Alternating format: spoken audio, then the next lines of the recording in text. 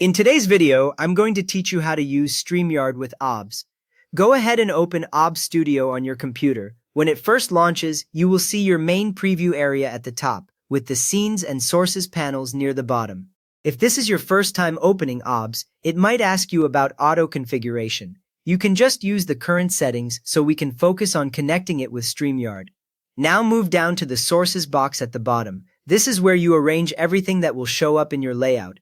Add or adjust your webcam source, any gameplay capture, window captures, and any custom graphics you use until your preview looks exactly how you want your stream to appear. You can resize and move items right inside the preview until the composition feels right. Once your layout is set, look to the bottom right corner of OBS for the controls dock. You should see buttons like Start Streaming, Start Recording, and one labeled Start Virtual Camera. Next up, click the Start Virtual Camera button in that controls dock.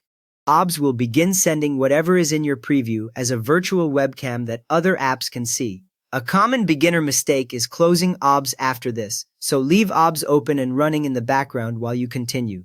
If you switch scenes or change sources later, those updates will flow straight into the virtual camera output.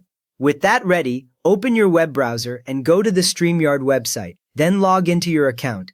After logging in, enter your broadcast studio for the show or event you are setting up.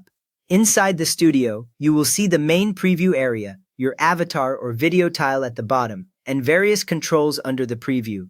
This is where we will tell StreamYard to listen to the OBS virtual camera instead of your regular webcam.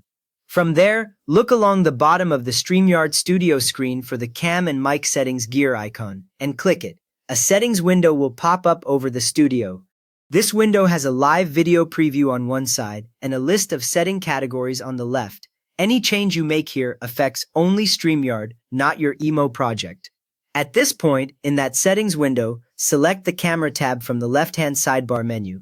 The right side will now show camera-related options, including a preview, the camera selector dropdown, and sometimes resolution choices. Checking that you are on the camera tab avoids the common issue of accidentally changing audio instead of video. Now click the drop-down menu under Camera and choose OBS Virtual Camera from the list. As soon as you select it, your active OBS canvas will appear in the StreamYard video preview box inside the settings window. Confirm that the layout matches what you see back in OBS. When you close the settings window, your StreamYard camera tile will now show the OBS scene to everyone in the studio. You have now linked your OBS scene layout directly into StreamYard using the OBS Virtual Camera, giving you OBS level control inside your StreamYard show. If this walkthrough helped you get OBS working with StreamYard, a quick thumbs up helps others find it, and feel free to subscribe for more simple streaming guides.